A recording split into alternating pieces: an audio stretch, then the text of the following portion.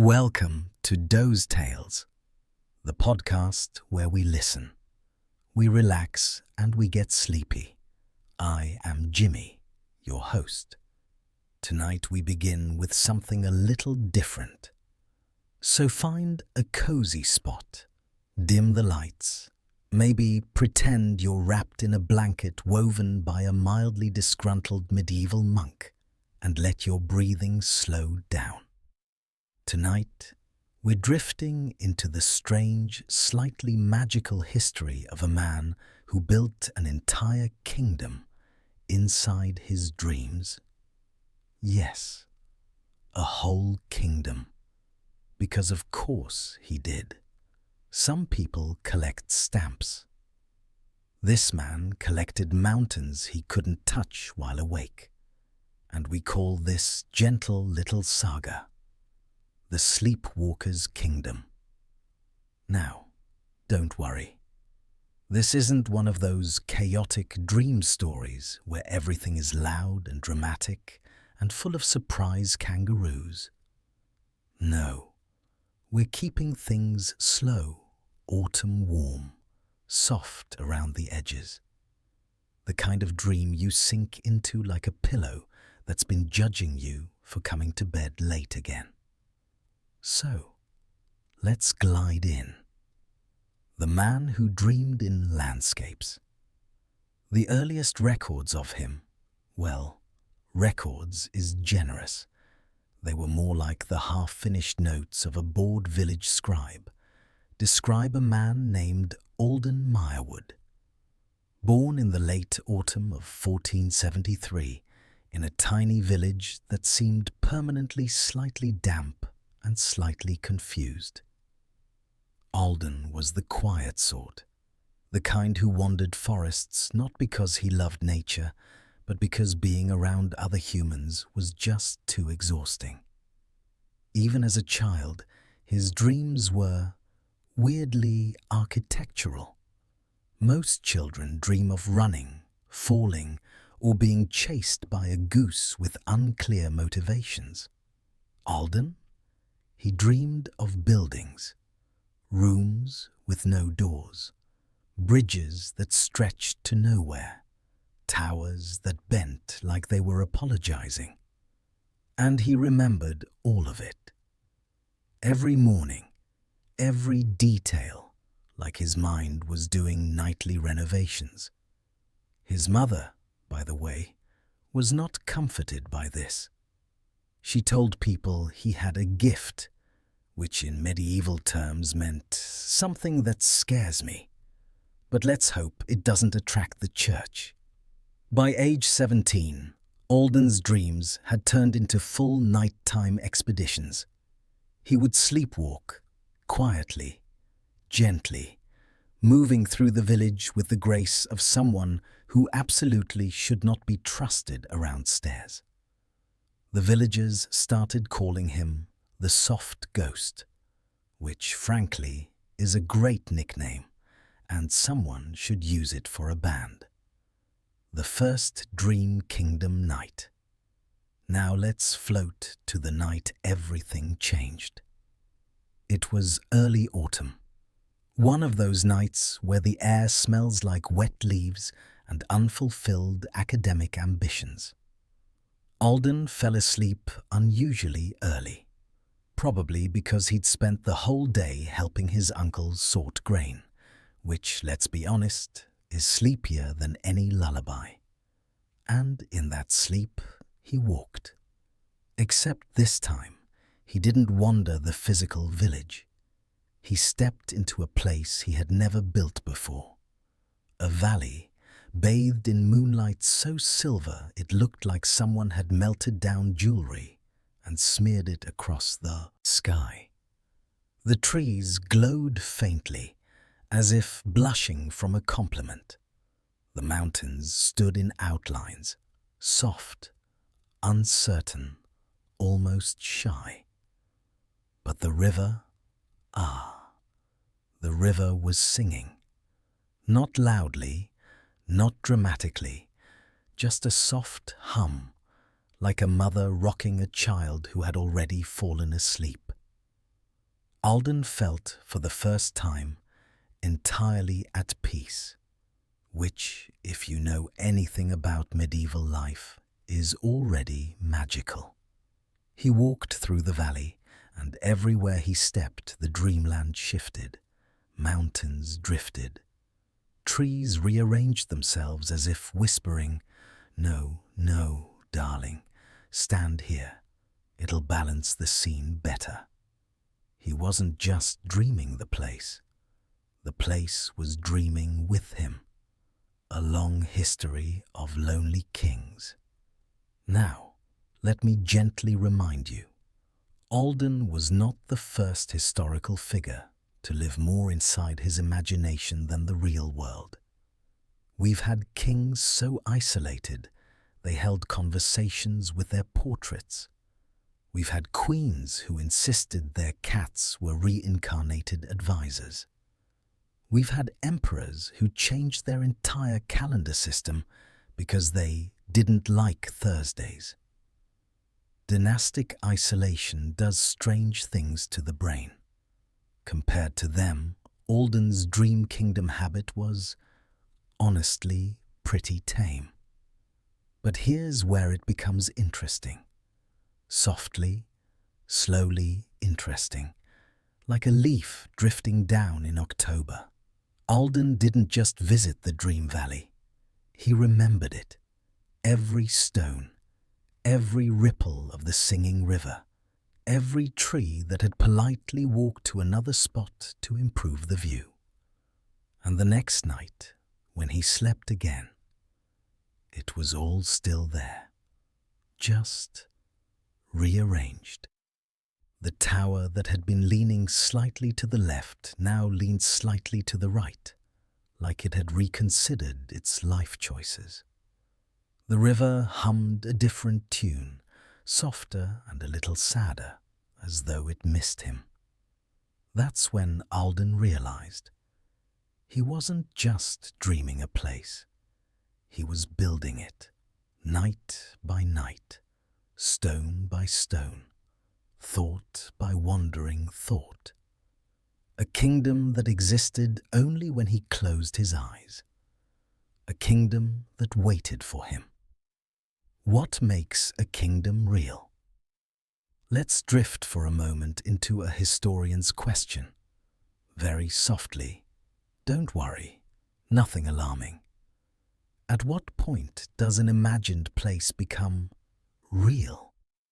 Because human history is full of people who insisted their imaginary realms mattered more than the messy, muddy world around them. Monarchs, poets, scholars, mystics, they all crafted private universes, entire symbolic geographies. And the funny thing? People wrote them down. People believed them. People followed them. Alden didn't have followers. He didn't have scribes. Not yet. But every night, the Sleepwalker's kingdom grew. Quietly, patiently, like moss, the night someone else appeared. For years, real waking world years, Alden was the sole inhabitant of this shifting land of moonlit mountains and shy trees. He walked it like a caretaker, adjusting pieces of it without meaning to. If he felt lonely, new pathways formed. If he felt hopeful, flowers grew. If he felt tired, the hills became soft as pillows. But one night, the kingdom made a decision of its own. Alden arrived in his dream, expecting the usual peaceful solitude. And instead, someone was standing beside the singing river, a figure, soft in outline, flickering, almost shy, as if the dreamland itself wasn't sure it had the right to conjure her. A woman. Her dress shimmered with drifting specks of starlight, like the sky had sprinkled crumbs on her. Her hair moved as though a silent wind blew only for her. Her expression was gentle, curious, with the faintest hint of amusement, as if she knew a secret he hadn't asked yet. Alden froze, because, of course, he did. This was the social interaction of his nightmares. Literally, he blinked once. She didn't disappear. He blinked twice, still there. And then, in a voice as calm as an autumn lake, she said, "You took long enough." Which, yeah, that's one way to greet someone in their own dream. So, Ethan, our very reluctant dream architect, has now accepted that every night he enters a kingdom that literally rearranges itself like it's trying to win some cosmic interior decorating contest. And honestly, at this point, he's not even surprised. When your forests move sideways and your moon hangs lower every night, you stop questioning the physics and just vibe with it. Tonight's dream begins gently, like it's trying not to scare him off.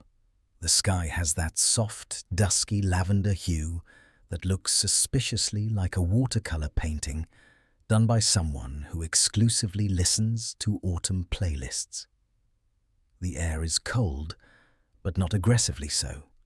It's that pleasant sweater weather chill that says, "You're fine. Relax. Pretend you're in a candle commercial." Ethan steps through the golden field again. Except this time, the field isn't gold. It's red. A deep, velvety crimson, like someone took all the shades of autumn leaves and decided, let's just commit to one vibe. Every blade of grass sways in slow, deliberate arcs, almost like the wind is humming something. And of course it is. This is Ethan's kingdom. It hums, constantly. He sighs, hands in pockets, already resigned to whatever architectural change the landscape decided to feature tonight. "All right," he mumbles. "What did you change now?" He's talking to the entire kingdom like it's a moody house cat. And honestly, it kind of is. He walks a bit further and notices something new immediately. The mountains. Last night they had been resting in the distance like sleepy giants. Tonight they're closer, much closer. Because apparently even mountains have attachment issues in this place. But Ethan doesn't panic, mostly because he's too tired. And partly because the dream seems to know how to keep everything soft, like padding the world with cotton before letting him experience any changes. The slopes look velvety, the snow is glittering, the peaks are curved in this weirdly gentle way that would make zero geological sense in the waking world.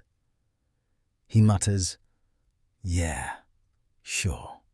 Mountains move now. Great." Dry humor is the only defense he has left.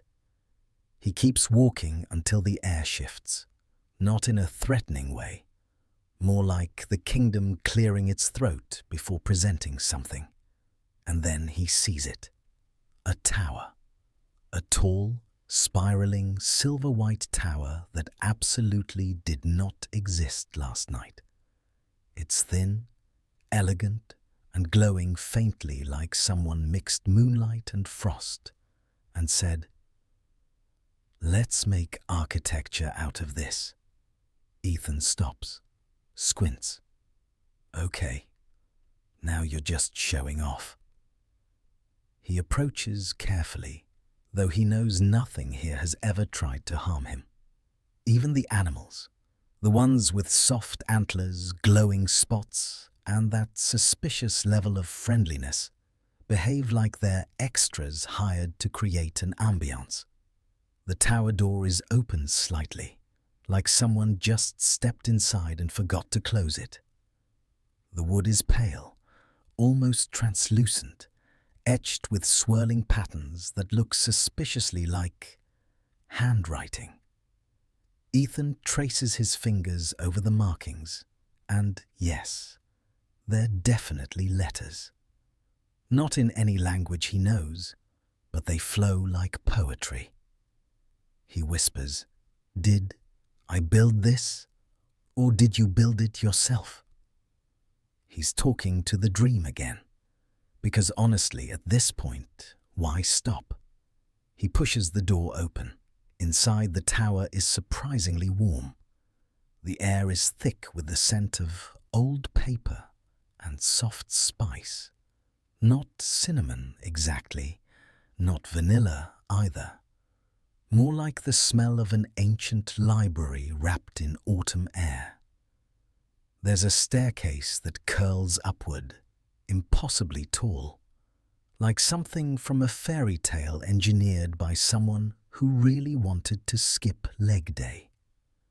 Ethan climbs slowly, each step echoing gently, almost musically. The staircase seems endless, but in that dreamlike way where you don't feel tired, you're just floating up it. Halfway up, he notices something odd. Footprints, not his. Small, delicate, almost shimmering. They look like they're made of frost, thin, crystalline, and glowing faintly blue against the wood. Ethan freezes. Okay, that's new.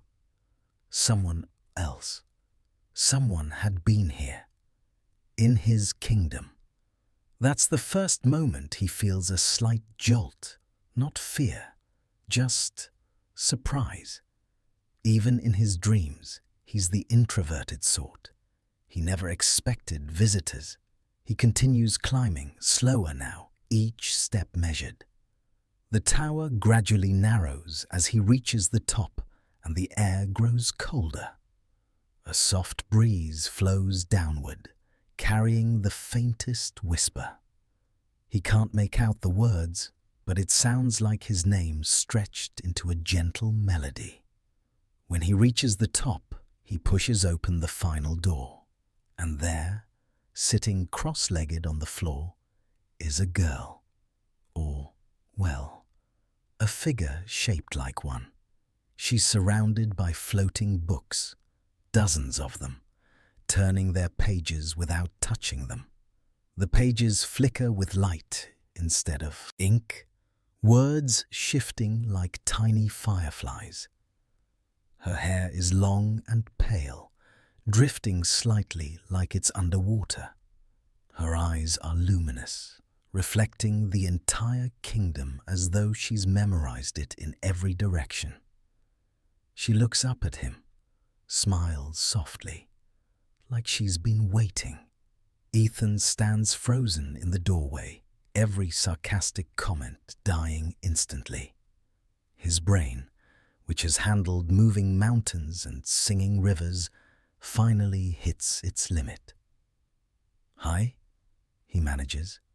Her voice is soft, melodic, the kind of voice autumn wind would have if it learned to talk.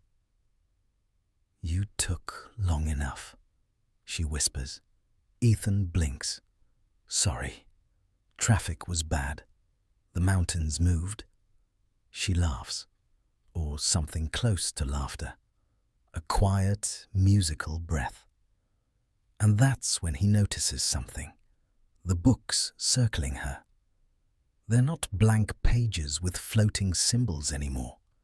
They're showing his dreams, scenes from previous nights, different bits of the kingdom. The golden field, the moonlit lake, the palace made of glass he barely remembers sketching in his imagination as a child. She taps one of the glowing books and says, "Your kingdom is beautiful." He stares. "You Know this place? She tilts her head gently. I've been wandering its edges for a long time. But tonight, the path opened. Ethan sits down opposite her, legs crossed. This is the first time he's had company in his dreams, and strangely, it feels right, like the kingdom itself invited her in. He watches the books circling lazily, pages fluttering in soft, rhythmic patterns, like breathing. So, he says quietly, who are you? The girl looks at him with eyes full of galaxies. I'm someone who dreams too, she says, and somehow our dreams met. The wind outside changes slightly. The tower creaks comfortably. The kingdom hums approvingly. Ethan sighs softly. Of course this would happen. His dream kingdom has decided to add people now. Because why not? Commit to the bit. He glances at her again, noticing that her presence makes the room warmer. The books glow brighter. The air feels more alive, like the kingdom is responding to her as much as to him. He murmurs, half to himself, "This is going to get complicated, isn't it?" She just smiles. Dreams always do. And with that quiet, autumn-soft sentence, the night drifts on. And Ethan realizes something very simple. He isn't alone anymore. And the kingdom agrees. The kingdom that rearranged itself. If you're still awake, which honestly would surprise me, we're drifting again through the quiet, autumn-tinted dreams of our very sleepy architect king, Elias. So, settle in, fix your blanket, adjust your pillow into that one oddly perfect shape, and let's float back into the kingdom that refused to stay still. Elias woke, or half woke, in that drifting way where the body pretends to return to reality, but the mind politely declines and stays in the dream a little longer. It was that liminal zone, the cozy, just before waking stage, where everything feels soft, floaty, and suspiciously magical. And of course, the kingdom was already rearranging itself like an interior decorator with commitment issues. The mountains, those tall, dignified stone beings from the night before, had politely migrated 2 valleys over. Apparently, they were in the mood for a better sunrise. Of course they were. This kingdom wasn't about logic. It was about vibes. Autumn vibes, magical vibes, sleepy, maybe I'll deal with that tomorrow vibes. The river, the dependable silver ribbon of the land, was not so dependable anymore. Instead of its usual curve, it had created 3 unnecessary loops, like it was trying to sign its own name. Elias watched the water glide lazily, reflecting amber sky and floating leaves, and he sighed with that special tone of someone who knows he should be concerned, but also cannot put in that level of emotional effort before coffee. "Right, so you're feeling artistic today," he murmured at the river. The river naturally ignored him. Rivers have boundaries. He walked through the grass, which insisted on being an unusually deep shade of copper this morning, as if the entire place had been dunked in autumn. Leaves drifted from trees that were definitely not in the same locations as yesterday. One particularly large oak had relocated itself onto a cliff just for the drama of it. Honestly, same. But this morning felt different. The kingdom wasn't just shifting, it was preparing, arranging itself like a host expecting company. And Elias felt it. For the first time since this whole dream kingdom habit began, he was not alone in the atmosphere of the dream. There was something else, a warm presence, subtle as candlelight, drifting at the edges of perception. Not threatening, just curious, which was, in Elias's opinion, honestly worse. He walked toward the old stone gate that had appeared 2 nights prior, the one the dream kept changing but never deleting. Last night it was marble. Tonight, worn grey slate peppered with moss. The gate didn't lead anywhere. It simply stood in a meadow like a forgotten memory. Still, dream logic insisted it was extremely important. The vibe around it was basically, yes, I matter. Look at me. Elias approached. That soft presence lingered nearby, like someone breathing just out of sight. He squinted into the mist. Is someone there? The wind shimmered, which was not technically something wind does, but in a dream economy, rules were more like suggestions. A shape flickered, then faded, then flickered again, the way a shy candle might try making small talk. Elias's first instinct was, ghost. His second instinct was, actually, dream ghost, slightly better. His third was, do I even get hazard pay for this? He sat on a low stone beside the gate and waited. Because if there's one thing the Dream Kingdom responded to, it was patience. The place liked to reveal itself at the pace of a house cat, deciding whether it trusted you. Eventually, the mist shifted, and a figure took form. A young woman, or at least someone who looked like one. Her hair floated like strands of moonlight, not in a dramatic I'm a goddess way, but more in a quiet gravity is optional today sort of manner. Her dress shimmered with the colors of late autumn, burnt oranges, plum purples, deep golds, as if she carried the season in her fabric. She didn't speak, just looked at him with a calm, assessing gaze, the same way someone might evaluate a mildly interesting bug.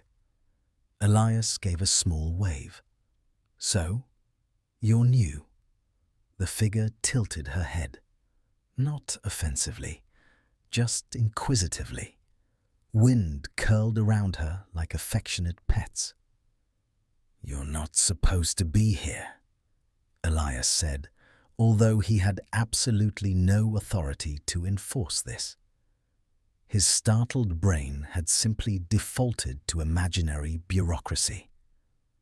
The woman stepped closer, barely, just enough to make her presence undeniable. And then, very softly, she said, "Who built this?" Her voice sounded like 2 things simultaneously, falling leaves and an old library whispering. Elias blinked. Me? I think. It started years ago. The dream, then the places, kept growing. And now there's, well." He gestured helplessly at the landscape, like someone apologizing for a messy living room. She looked around with an expression Elias couldn't read.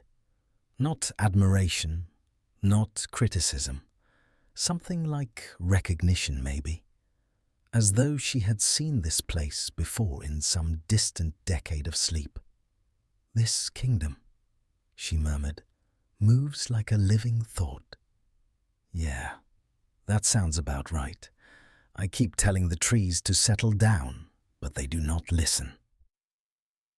A tiny smile touched her mouth, the first indication she was even capable of something as human as amusement. "And you," she said softly, "are its dreamer." The words should have felt flattering, maybe even powerful, but instead they felt like being handed a responsibility he never applied for. Elias scratched the back of his head, trying to look like someone who had any idea what was happening. "So?" he said casually. "Who are you?" She glanced upward as if reading the answer from the sky. "I am someone who used to dream this place." Elias froze. Dream. Used to. Past tense. "Oh," he said, because that was all his brain could supply. "So, this was your kingdom?" She looked at him again. "Not mine alone, but I walked here long before you slept."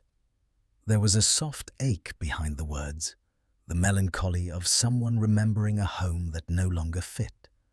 And then she added, "Now it shifts because there are two dreamers." Elias processed that, slowly, because his dream brain only worked at medium speed on the best nights. "Right," he said finally, "so we're co-owners now." Her eyebrow lifted in that polite, elegant way that communicated, "Absolutely not, but I admire the confidence."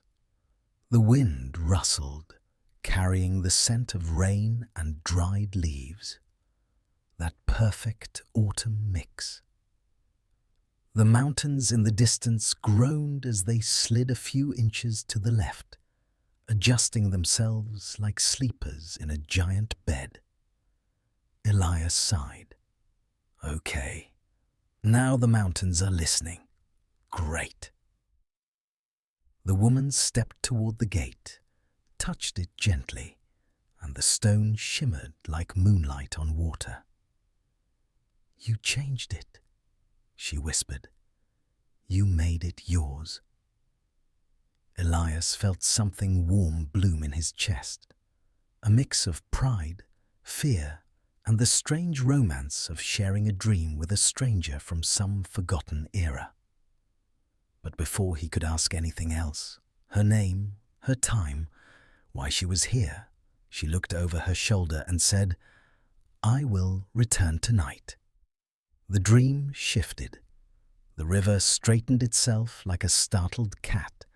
The trees froze mid-sway, and she faded, not like a dramatic disappearing act, but like someone quietly stepping into another room.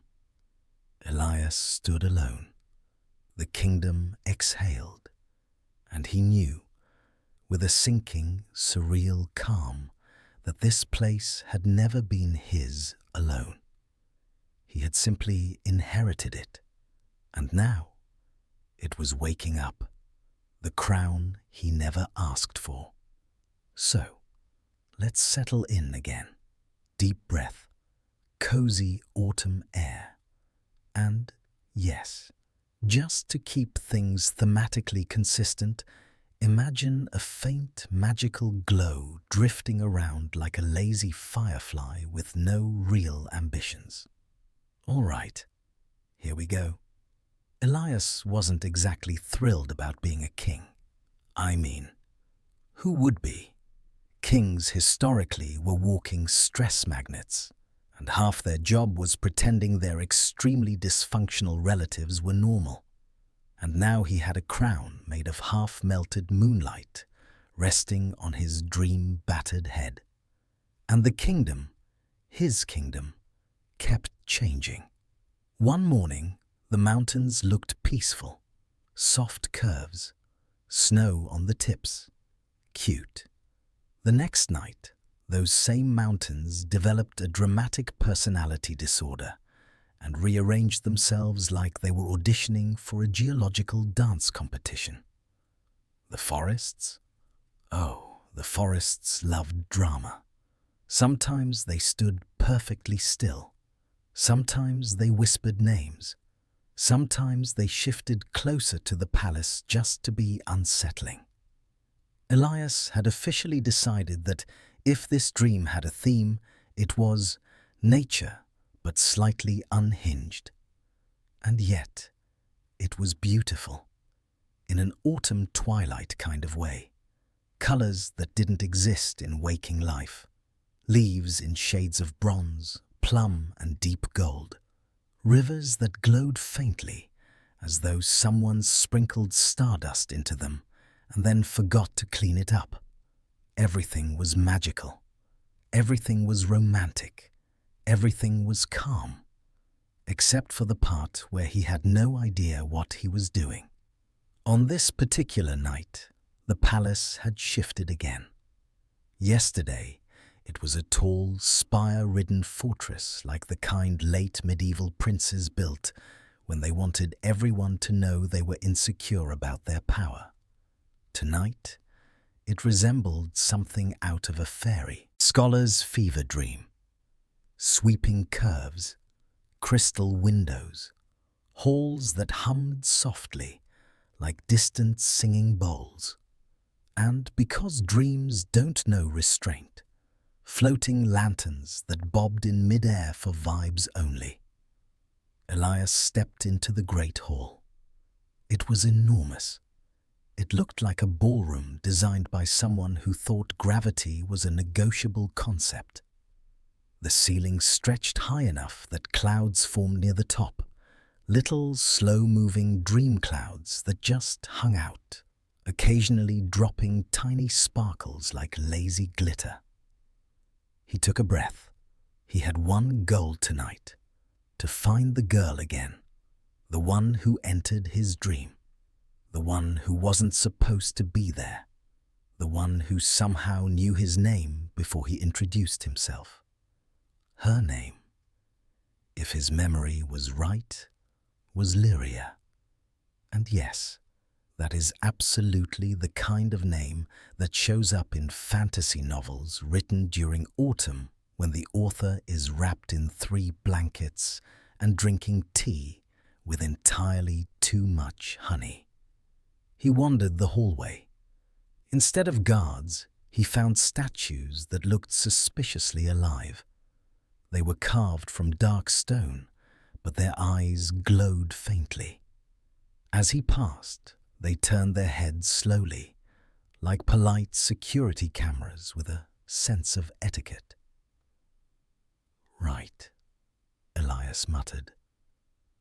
"This is fine. This is all normal. Love these mildly threatening rock people."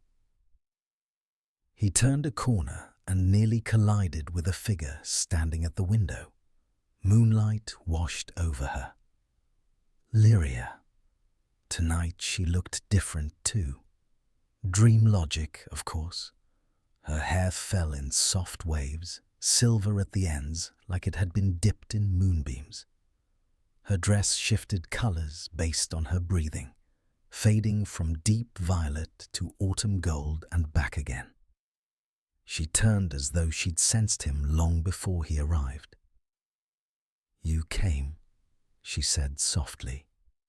"Well, it's not like I get to choose whether I sleep," Elias replied, with the quiet sarcasm of someone who had long accepted his life choices were questionable at best. "Although, if I could choose to dream of, I don't know, maybe a nice normal beach, that'd be neat." She smiled, not amused, more like she was studying the shape of his thoughts rather than the words themselves. "You built this place," she said, "even if you don't remember." Which, okay, sounded dramatic and concerning. "I didn't build it," he said. "It just happens."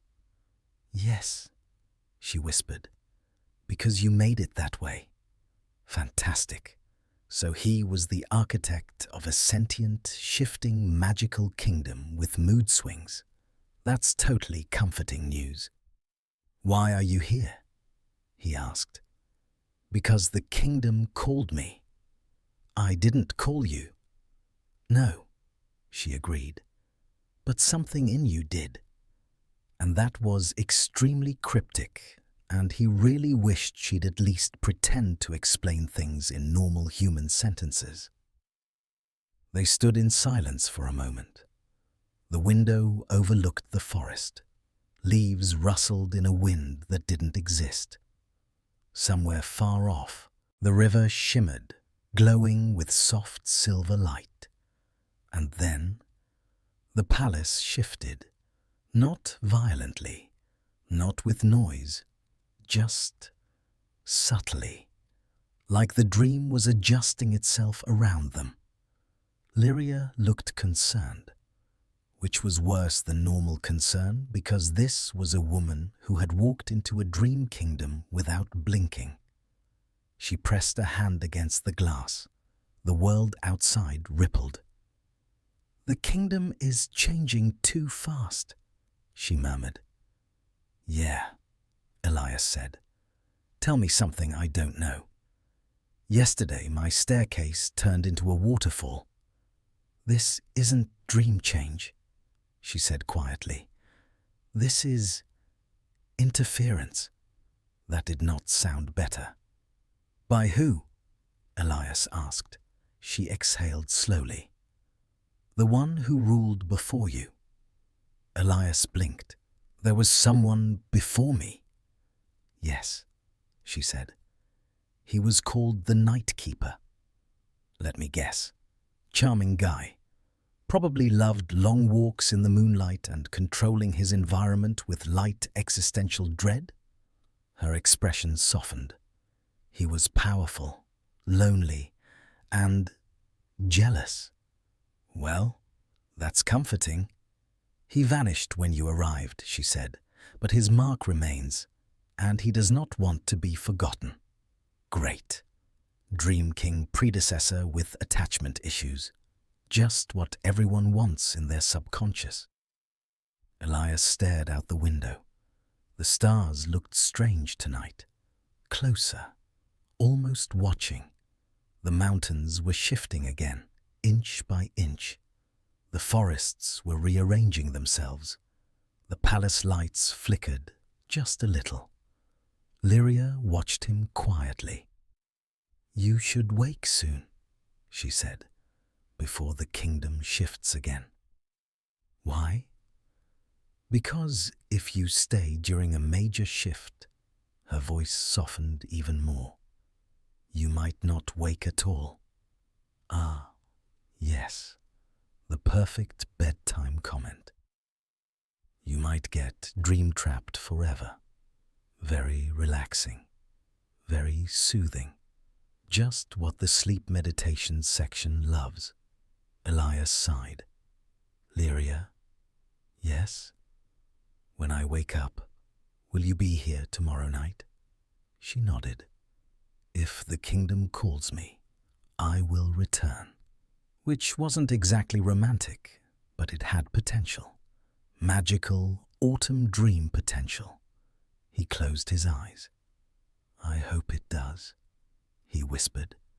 And as the palace faded, as the mountains blurred, as the glow of the dream world sank beneath a soft haze, Lyria whispered something he wasn't sure he heard correctly. "You built this kingdom to find someone," she said. "And when the Night Keeper realizes who, he will return." The last echo of her voice slipped away, and Elias woke with the uneasy feeling that his dream was no longer only his. The lantern that didn't burn. Sleepwalker's kingdom. When we last left him, Elias had realized that someone else was wandering around his dream kingdom. Someone real. Someone who talked back like she wasn't made of whatever dreams use for bones. And naturally, because Elias was Elias, instead of panicking about this major breach of whatever counts as dream physics, He was mostly just annoyed that she kept moving around his carefully curated pathways. Tonight, or rather the dream night after that, things started in a different corner of the kingdom entirely.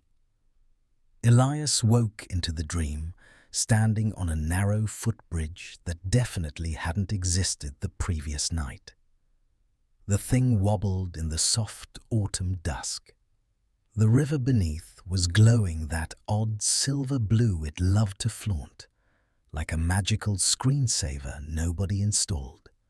The air was crisp, another classic autumn mood the kingdom kept leaning into.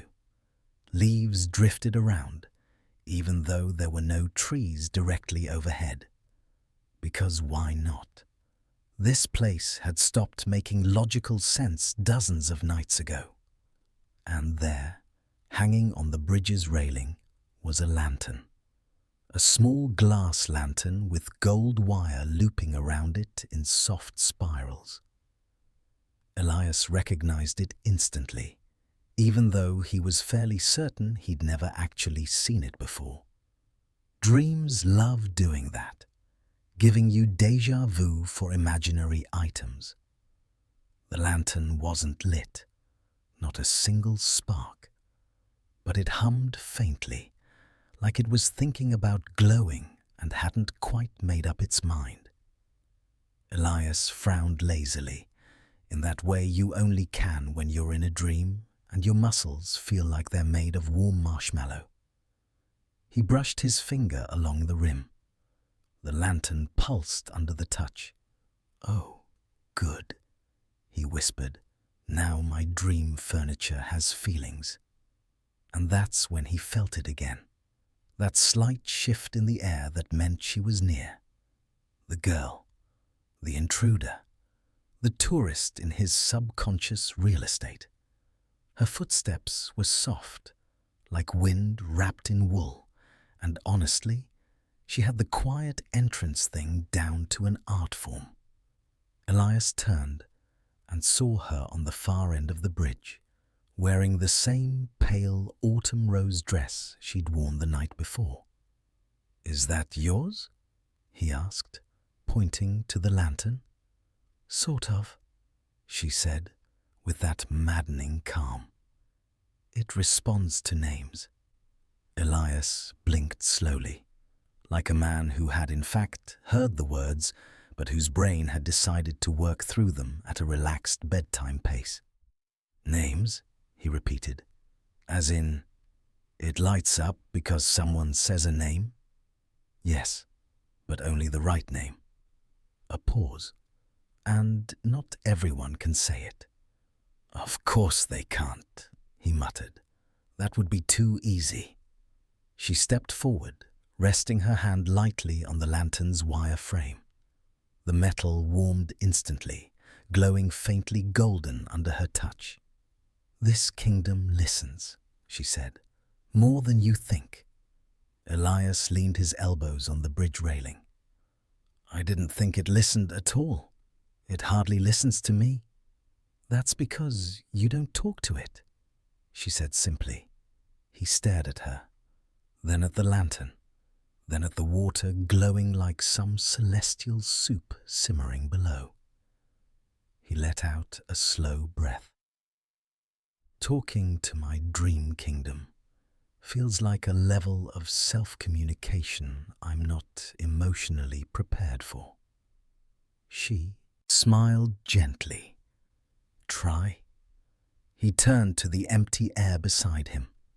Not at a specific tree or the bridge or the river, just toward the kingdom itself, like someone politely addressing the ceiling. "Hey," he said, very calmly. "Dream Kingdom, you're doing great. But maybe stay still for one night." The breeze shifted, the water shimmered, the lantern glowed a tiny bit brighter. "Huh," Elias said. "It worked, sort of." "It heard you," she murmured. "Names help. Everything here has one." Elias hesitated. "Even you?" Her smile faded just a shade. Not sadness, just softness. Try the lantern first. Elias looked down at it. The little gold wires wrapped it like a delicate cage. It vibrated faintly in anticipation. He didn't know why, but his mind settled on a name, one that felt lodged behind the ribs of the kingdom. Autumn Light, he said softly. And just like that, the lantern burst into warm amber glow, steady, calm, like a small sun deciding to take a nap. The girl exhaled. So you heard it? I guessed, he replied. No, she whispered. You didn't. They stood there for a quiet moment while the lantern flickered like a heartbeat. Everything felt slow, unhurried, safe. The kind of quiet you only get in dreams or deep forests or libraries built for stargazing. Elias finally broke the silence. So, if everything has a name, what's yours? She didn't answer immediately. Instead, she stepped past him, looking down at the shimmering water. Some names, she said softly, aren't ready yet. Right, Elias said. Very poetic, very dream-appropriate. She looked back at him with a faint smirk. And yours isn't ready either. My name is extremely ready, he said. It's been ready for years. Your waking world name? Yes. She touched the lantern again. But the kingdom hasn't named you yet. Named me? She nodded. Everything that belongs to it gets a name. Elias frowned. Hold on, I don't belong. He stopped. The lantern pulsed brighter, almost like it was laughing. And the girl, the intruder, the mysterious dreamwalker, just smiled in that quiet, knowing way. Let's keep walking, she said. The kingdom wants to show something. Does it want to show me its warranty expiration date? A soft laugh. Not tonight. The bridge behind them shifted slightly, realigning its wooden planks. The river glowed a little brighter. The leaves swirled lazily in the air, as if stirred by a story forming somewhere distant. And Elias followed her. Not because he trusted her, and not because the kingdom seemed particularly stable, but because the dream had that soft pull again, the gentle nudge, the autumn whisper, like something was waiting to be known, and the lantern floated after them. Because of course it did. The visitor who never woke. Last time, our sleepwalking monarch, Elias, made what he believed was our own rational decision. He decided that the mysterious girl in the lavender gown, the girl who appeared in his dream, uninvited and absolutely unfazed, might not be a danger. She might even be a friend, or, a hallucination brought on by too much herbal tea. But the thing with dreams is, the more convinced you are that you're in control, the faster the rug gets pulled from under you. And Elias, bless him, was about to learn that being king of a place that rearranged itself every night was a bit like being king of a pile of autumn leaves. Nice to look at, softer to land on, absolutely no structural stability. Anyway, tonight, let's float right back into that kingdom, one that smelled like rain, candle smoke, and just a sprinkle of impossible magic, where Elias and the girl were quietly walking among trees that did not exist the night before. She had introduced herself as Althea, simple, elegant, and suspiciously mythological, like the kind of name you'd find in a book nobody finishes, but everyone pretends to have read. And Elias, with all the confidence of a man who had no idea what he was doing, had nodded politely and said, "Well, welcome, I guess." Which was definitely the most underwhelming royal greeting in the history of fantasy dreams. Where the mountains leaned in, usually distant, respectable things were leaning a little closer, literally, just tilting forward as though they wanted to hear what Elias and Althea were whispering about, which, of course, was deeply rude. But the mountains in the Sleepwalker's kingdom did not care about boundaries. They walked along a silver path made of crushed moonlight, while the sky above them had that soft autumn dusk quality, orange melting into rose, melting into plum. Definitely seasonally appropriate. Elias tried to keep his tone casual, even though internally he was panicking with the elegance of a Victorian aristocrat fainting on a fainting couch. "So, you don't seem surprised that you're here," he said. Althea smiled, and it was a gentle smile, soft, confident, like she had known this place long before he ever dreamed it. "I've seen this river before," she said quietly. "Heard its voice, the one that calls names." Elias blinked. "That river belongs to a different story entirely." "Well," she replied, brushing her fingers over a leaf that turned into a tiny amber bird. "Maybe stories talk to each other. And honestly, in this universe, that was the least strange thing so far. The palace that remodeled itself. When they reached the palace, a structure that had, in previous nights, looked like everything from a Roman villa to a Scandinavian cabin, it had reinvented itself yet again. Tonight, it was something out of a fairy architect's fever dream. Tall arched windows, cascading ivy that glowed faintly like bottled starlight, a bridge of floating stones that rearranged themselves every few seconds just to keep things exciting. Elias sighed.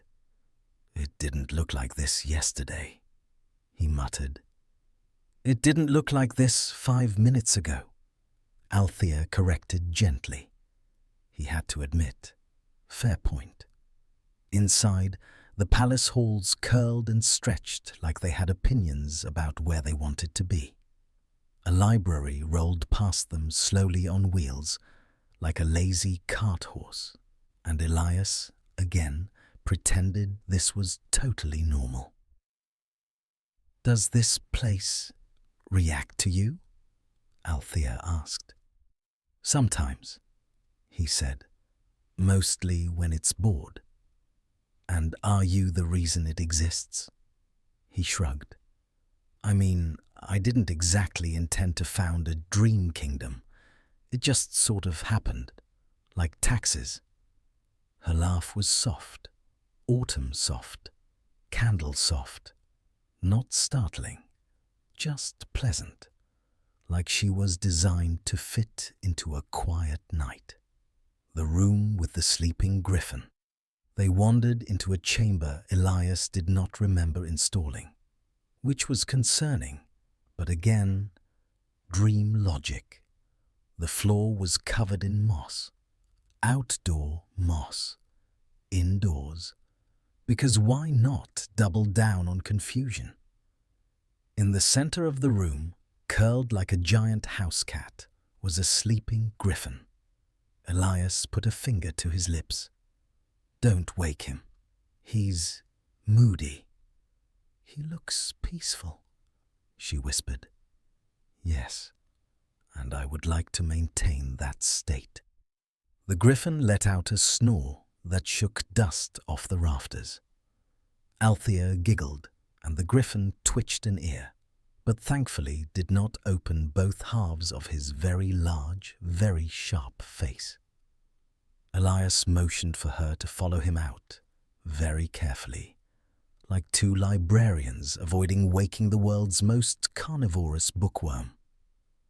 When the door shut quietly behind them, Althea turned to him with a softness in her eyes that wasn't there before. "You're kind," she said, "to the creatures here." He shrugged again. "If I'm going to dream things into existence, I might as well be polite to them." "Well," she murmured, "I think they're polite to you too." The question he was afraid to ask. As they stepped out onto a balcony hanging above a shifting sea of clouds, Elias finally voiced the question that had been knocking around in his head like a pebble in a tin can. "So, are you real?" Althea didn't answer immediately. She leaned on the railing, the breeze lifting her lavender hair in a very theatrical, very unhelpful way. Finally, she said, "I'm here. Isn't that enough?" "Not entirely. You want labels," she said, sounding amused. "Humans always want labels." "I want to know if you're a dream," he clarified, "or a visitor." She tilted her head. "Elias, do you really think you're the only one who dreams this place?" He froze, because that had not occurred to him, not once. The moment everything shifted, the floor beneath them rippled like water. Clouds below surged upward like a slow-motion wave. The entire kingdom inhaled, like a living thing waiting for an answer. And Althea stepped closer. "I didn't build this place," she said softly, "but I've walked here many times." "How?" His voice cracked, the sleepy historian equivalent of a full emotional meltdown. "Because," she whispered, "I'm not dreaming. I'm sleepwalking." The balcony swayed. The sea of clouds folded in on itself. Somewhere far inside the palace, the griffin grumbled in its sleep. Elias stared at her. His entire kingdom, his accidental creation, suddenly felt like it had two heartbeats instead of one. And with the gentlest smile, she added, "You're not alone here, Elias. You never were." And the dream, or the reality, shifted around them like it was relieved to finally admit the truth. The sleepwalker's kingdom. If you're still awake at this point, honestly, impressive.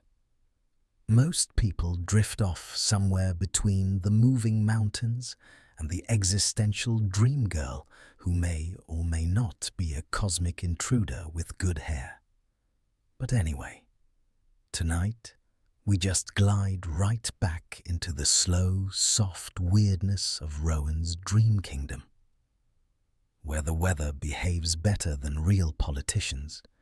The autumn air always smells like cinnamon, and apparently the lakes have started acting like they're auditioning for the role of mysterious magical mirror number 47 in a fantasy movie. So, yeah, relax, breathe, let the day dissolve. Let's float back to the kingdom that only exists when Rowan closes his eyes. The morning after the shift. So, last time we left Rowan standing by the lake, processing the surprisingly not terrible revelation that Mira, the dream visitor, could also reshape the world. Naturally, he handled this with the calm maturity you'd expect from a grown adult, which is to say, by staring at the ground and saying, "Ah, cool, sure, that makes sense." Because when someone casually alters the physics of your subconscious continent, what else do you even say? The next morning, dream logic morning, which is really just when Rowan's body gets the memo that he's entered REM sleep. He found the lake changed again. Not dramatically, not break the dream dramatic, just softened. The reeds were now tinted with a dusty pink, like someone gently dipped autumn into watercolor. The shoreline curved inward a little more, as if the lake was offering a shy handshake. Rowan blinked at it. "Did you?" he asked quietly when Mira appeared beside him. Of course she had. Of course she was proud of it. Her smile was practically glowing with the sort of energy you get from someone who rearranged the furniture and now wants validation. "I thought it needed more warmth," she said. "Everything else here listens to you. The lake listens to me." Rowan internally filed this under. Things that would sound terrifying in literally any other context.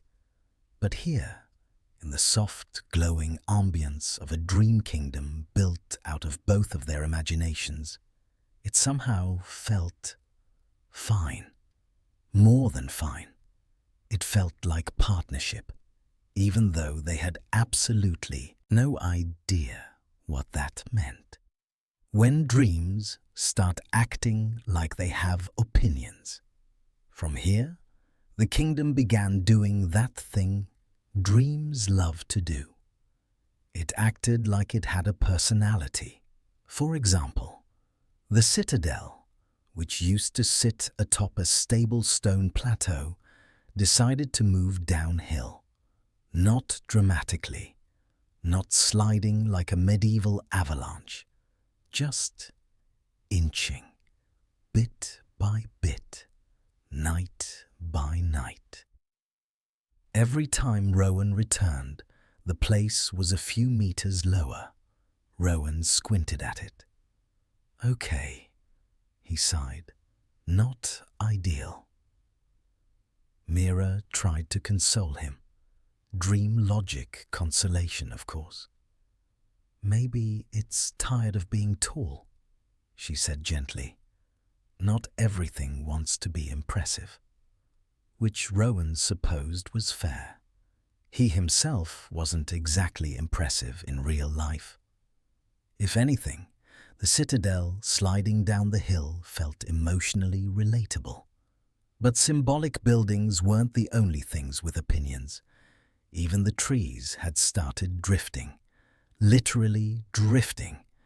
Entire groves shifted around the valley, like shy woodland creatures trying to pick a good seat in a movie theater, but not wanting to block anyone's view. Rowan watched one pine tree lumber slowly across a meadow, like it was late for work. He sighed again. He did that a lot. This is getting out of hand. Mira tilted her head. Or maybe it's getting into the right hands, which sounded poetic. Annoyingly poetic. The kind of poetic Rowan suspected she did on purpose. But he didn't argue. Mostly because arguing with someone who could rearrange the weather with her emotions seemed counterproductive to maintaining a calm bedtime vibe. The night of the lanterns. One evening, dream evening, Rowan noticed warm lights floating down the river. Dozens of them. Tiny lanterns drifting peacefully like autumn fireflies that decided to major in aesthetics. Except he didn't make them. He knew when something was his doing. Rowan felt a chill, the gentle kind, like when you realize the house creaked but it wasn't the house settling. It was the wind politely knocking. "Mira," he said slowly. Did you make the lanterns? She shook her head. They're from your side, she whispered. From my side? Your waking mind, she clarified. It's leaking. Which, again, would have been horrifying in any other context. But here, with the drifting lanterns twinkling like tiny floating stars, Rowan merely felt thoughtful. Oh, he said softly. They're memories. Mira turned to him, curious.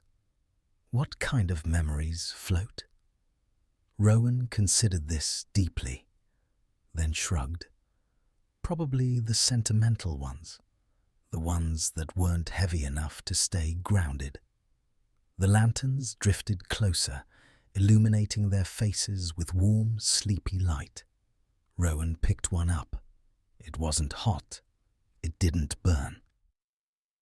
Inside the lantern was a tiny, swirling fragment of something familiar.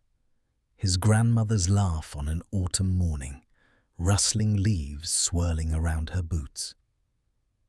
He let the lantern go. It drifted on, patient and gentle. Mira watched it with quiet wonder. You built a kingdom, she murmured, and it still finds ways to surprise you. Rowan nodded slowly. It never used to. Back when it was just me, the world stayed exactly where I left it. He didn't say the next part out loud. It only started changing after she arrived. But Mira heard it anyway. Dreams were inconveniently good listeners. A kingdom for two minds. As the nights passed, Rowan and Mira began walking through the changing kingdom together. Not trying to control it, not trying to fix anything, just observing. Because apparently, that's what you do when your subconscious world starts unionizing behind your back. Some nights the rivers widened. Some nights the sand glowed softly like starlight. Mountains rose and fell as gently as breathing. And every time Rowan pointed out something strange, Mira had this infuriatingly calm, almost teasing explanation ready. Like, oh, that? The river's just stretching. Or, the mountains are shy today. Rowan would roll his eyes. Mira would smile. The kingdom would shift again. It became their rhythm, their nightly routine, almost like a romance, except Rowan was way too emotionally repressed to process that, and Mira was, well, a dream, probably, the first door. One night, everything changed in a way that wasn't chaotic or whimsical or poetic. It changed in a way that felt deliberate. They found a door, just standing alone in a meadow. Nothing behind it, no frame, no house, no wall. A door, painted deep green, with tiny etchings of constellations carved around the edges. Rowan stopped walking. Mira stopped breathing, which didn't make sense because she wasn't technically alive, but that's dreams for you. They stared. Did you make that? Rowan whispered. No, Mira breathed. You? Definitely not, he said. They walked closer. The grass around the door shimmered like it had been touched by moonlight. Rowan placed his palm against the wood. It was warm. Mira watched him carefully. Rowan, doors mean choice. He swallowed. Choice for what? Waking or dreaming, staying or leaving, opening or closing. Which, to be honest, was vague enough to be completely unhelpful. Rowan exhaled softly. Mira, if I open this, does the kingdom change? Yes, she said. And if I don't? It changes anyway. He groaned quietly. That's not a choice. Mira gave a tiny shrug. Dreams rarely offer good ones. A hand on the door. Rowan stood before the mysterious door, trying very hard to think through it logically, which is truly the funniest thing anyone has ever attempted in a dream. But eventually, he stopped overthinking. He turned to Mira.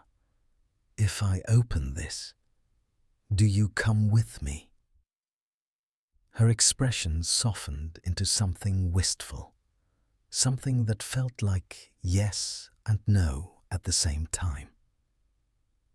I go wherever the dream goes, she whispered. But I don't know where you go. Rowan closed his eyes, then placed his hand on the door again. The meadow went quiet. The drifting trees paused. The mountains held their breath. The entire kingdom waited. Not in a dramatic way, just softly, patiently, like autumn waiting for its leaves to fall. The kingdom remembers its architect.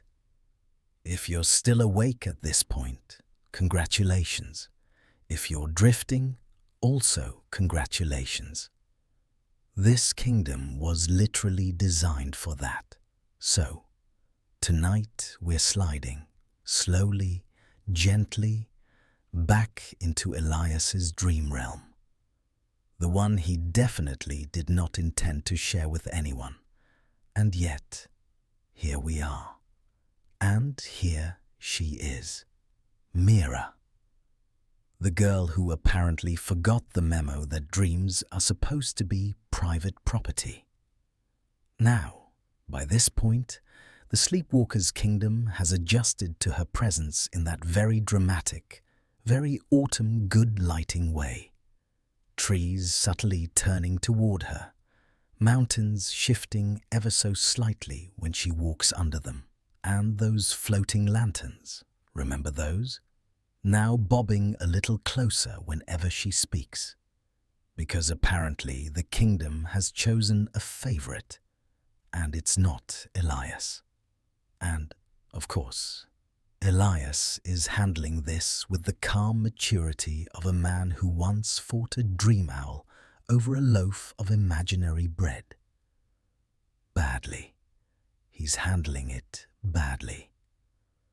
But tonight's stroll starts soft, like always. Golden leaves drift down. The river hums its usual drowsy melody. Elias stands by the bridge, waiting for Mira, pretending he definitely didn't arrive an hour early, like a teenager who doesn't know how to play it cool. When she appears, the landscape does that subtle shimmer again. And Elias tries so hard, not to look jealous that the kingdom responds more to her presence than to his. Does it always listen like this? Mira asks, brushing her fingers across the wooden railing. The bridge glows faintly. Of course it does. Elias shrugs in that my own creation is now ignoring me kind of way. It used to just respond to me, he mutters, before you started showing up. Mira doesn't take offense. She just smiles with that soft, sleepy kind of confidence that people have when they don't know they're causing magical architectural chaos. It's not choosing, she says. But the kingdom immediately brightens around her. Yeah, sure, not choosing. This is absolutely a neutral reaction. And then something new happens. something so gentle it barely counts as plot development, which is perfect for a bedtime story. The wind carries a name, not a dramatic name, not a prophecy, just a simple, whispered, almost embarrassed little syllable. Elias. He freezes. Mira freezes. The trees pretend they were never swaying in the first place.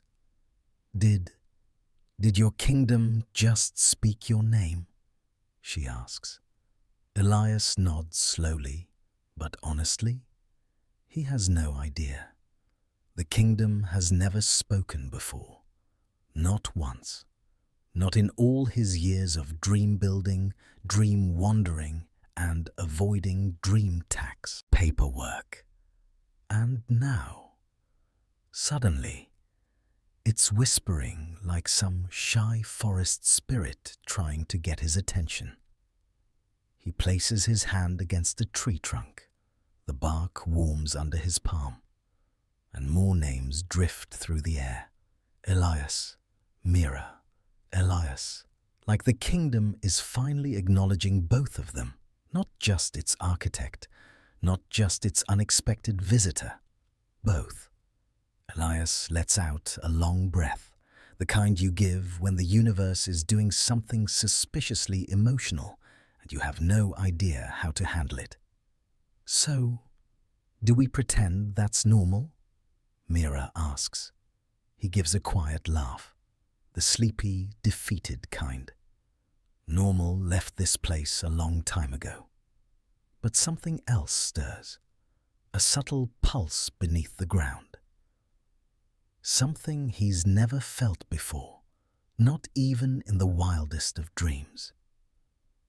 The kingdom is not just reacting, it's remembering. As if every night he ever spent constructing it, every stone, every river bend, every maple tree, has been quietly recording him.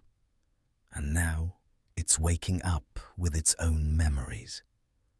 Mira steps closer, voice low and warm. Elias, what if your kingdom knows more about you than you do? And honestly, that is the exact level of mystical therapy question he was absolutely not ready for. But the kingdom hums again.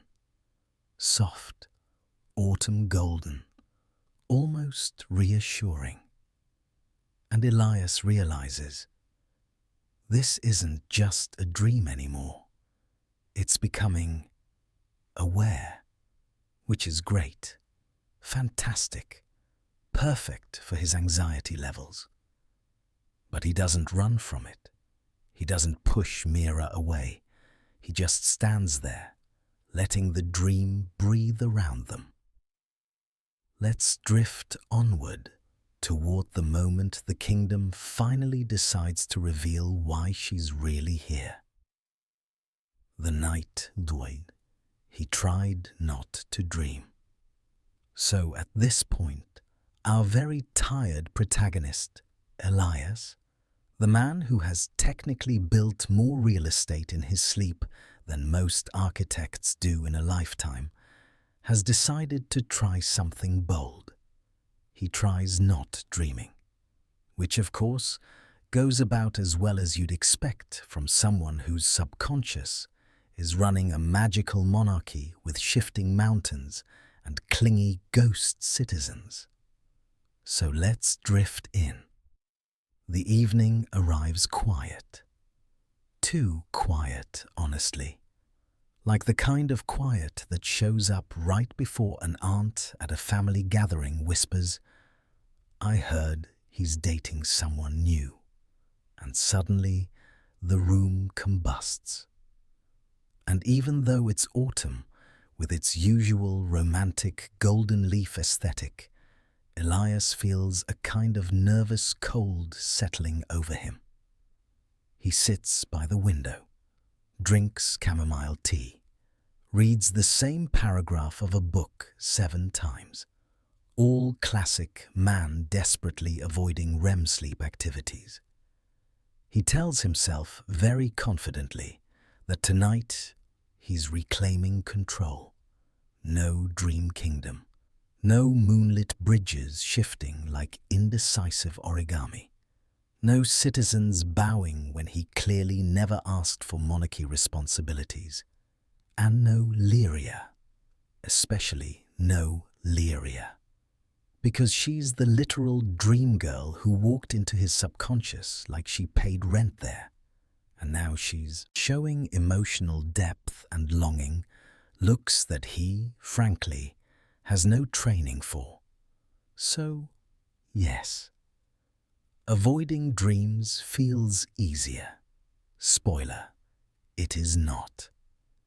He tries staying awake by reading an old history text about some royal family whose entire family tree is basically a circle.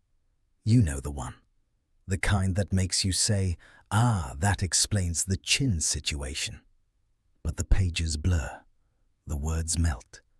His eyelids start doing that heavy flutter thing, like a Victorian lady fainting on purpose for attention. He shakes himself awake. Walks around, sits back down, wakes up again, loses track. And then, a soft buzzing sound. Not like a phone, not like a bee, more like a river humming a lullaby. Which means, of course, the kingdom has opinions about this no-dreaming plan. Elias mutters, "Oh, come on. Really?" But it doesn't matter, because the sound wraps around him, warm, soft, cozy in that suspicious way that says, you're absolutely falling asleep and you can't stop it. He sinks back into the pillow, and the last thing he sees is a faint glimmer of blue light drifting across his ceiling, like the dream realm sending him a passive-aggressive reminder. He falls, gently, like a leaf, like autumn insists everything should. The kingdom rises beneath him. Only something is different. The ground isn't shifting. The mountains stay politely in place. The stars hover low, like lanterns strung for a festival. Everything seems unusually still, as if the kingdom is holding its breath. He steps forward, and that's when he sees her, Lyria, standing by the silver fountain, wearing a cloak embroidered with tiny constellations. But her expression, soft, uncertain, is new. "You tried not to come," she says in a voice that sounds like distant rain on warm pavement. "Yeah, well," Elias replies, rubbing his neck. "Didn't work." She smiles, sadly. Dreams rarely obey us, especially shared ones. He freezes. "Shared?" She nods. "Elias, this place isn't only yours anymore." Which is the bedtime equivalent of saying, "Congratulations, you're now in a magical co-parenting situation with your own subconscious." He laughs weakly. "Of course it's not. Why would my dream kingdom remain mine? That would be too simple." Lyria steps closer, and when she touches his hand, the kingdom flickers, like the sky itself blushes. "You don't have to be afraid," she murmurs. "This place changes because you change, but it's growing because I'm here too." The air hums, the rivers glow, the mountains lean in like gossiping old ladies. And Elias realizes something strange, soft and mildly horrifying. He missed this place. He missed her, even if none of this makes logical sense. Even if he's falling for someone who might, technically, be made out of dream dust and emotional metaphor. But before he can answer, The sky cracks with a low rumbling sound, like thunder, but not quite. It feels alive. Lyria stiffens. Looking upward, her voice drops to a whisper. He's waking up. Elias frowns. I'm not. No, she says. Not you. And the look she gives him is the soft, ominous kind usually reserved for bedtime stories that gently suggest that something is about to complicate your evening. The other dreamer, she says, and the kingdom trembles. The kingdom at dawn. As the last night stretched its velvet cloak over the sleepwalker's kingdom, he felt something different. The air carried a strange sweetness, the kind that only comes when a long journey is ending, yet a new one quietly begins. Trees that had danced wildly, mountains that had shifted without warning, and rivers that whispered secrets, all seemed to pause and listen. The moon hung low, like a silver lantern, casting a gentle glow over streets that had been imagined into existence with a sigh, a thought, and the faintest flicker of desire. Tonight, the man wandered slowly through his city, brushing his fingers over the facades he had dreamed into being. He remembered when the first walls were built from his imagination, how lonely they had felt, how quiet. And then came the other dreamer, the mysterious visitor who had stumbled into his world, who had moved things, whispered to the trees, and added laughter to the silent courtyards. He had feared her intrusion at first, but now he understood. Dreams are not meant to be solitary. They are meant to be shared. The streets shimmered under the moonlight. Buildings glimmered as though made of softened silver, and the fountains whispered lullabies that had never existed outside this kingdom. He paused by a lake that reflected not the moon, but the countless little stars he had scattered across his night sky. And there, in the reflection, he saw her, not as an intruder, but as a co-creator. They shared a small smile, quiet, almost inaudible. It was enough. Time, he realized, was not his to command here. Nights could stretch endlessly or vanish in an instant. Yet, for the first time, he did not mind the unpredictability. The kingdom had become something more than his own, a living, breathing world that could grow, change and breathe even when he slept. The trees, the mountains, the rivers, they were not simply creations. They were companions. A soft breeze curled around him, carrying the scent of autumn leaves and the faintest hint of something magical, something unnamed, something that belonged only to this kingdom. He closed his eyes and felt the world hum beneath him, like a quiet heart beating in rhythm with his own. The other dreamer came to his side, and together they walked down a path of silver dust, one that wound through fields of lavender and gold, under skies painted with the slow fire of dawn. And as the first golden light of morning touched the kingdom's edge, he felt something he had not in countless nights before: contentment. The kingdom would continue to live, with or without him. Dreams, he understood now, were not meant to be controlled. They were meant to be experienced, savored, and shared. And sometimes The greatest magic of all is simply watching someone else walk through your imagination and knowing the world is brighter for it. So he closed his eyes once more, and the kingdom waited, gentle, patient, infinite, and the man finally slept.